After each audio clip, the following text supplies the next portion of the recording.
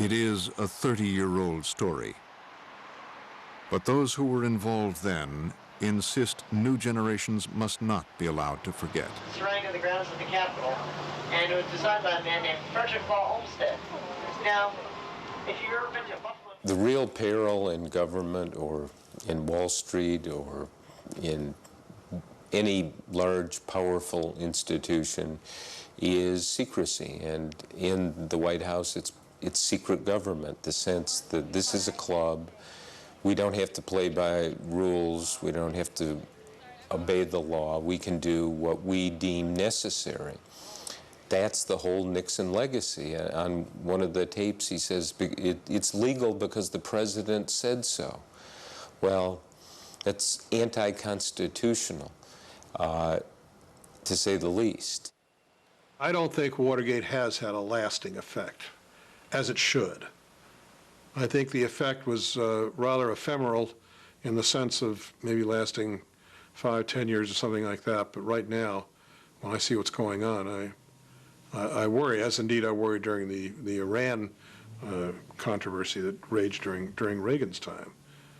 So I wish I could tell you that I put something into concrete when I was a young senator along with my colleagues on the committee, but I don't think we did that. You know, the reading we like to make about Watergate is that it proved the system worked, that in the end, the other branches of government fulfilled their responsibilities, the press fulfilled its responsibility, and they saved the country from this terrible guy who wanted to concentrate power in the White House. I like to believe that too, but have we solved the campaign finance problems? No. Is the government spying on people? Yes, it is. I mean, we found new reasons to do it.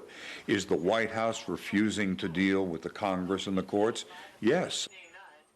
This is not an attack on Bush. The same thing went on under other presidents. The tensions between the three branches still exist, but it would be very hard to make an argument that the presidency now is not as strong and does not have as much capacity for secret mischief in the year 2003 than it did in 1973.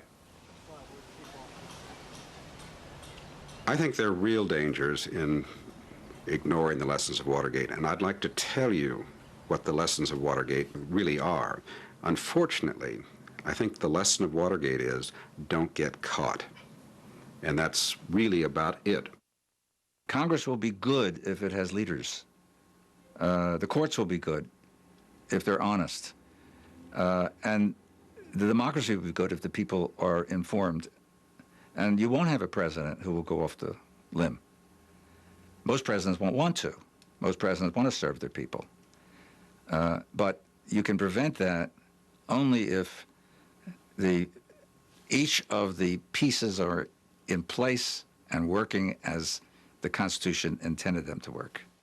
I think that any time that the country is facing a crisis that is labeled a national security crisis, where lives are at stake, there's always a risk that government will go too far. And it's precisely at that time that you have to be very careful not to allow your responses to those crises to carry you past what our Constitution was designed to protect. The Constitution, they all agree, should be at the heart of the history that is taught about the scandal known as Watergate.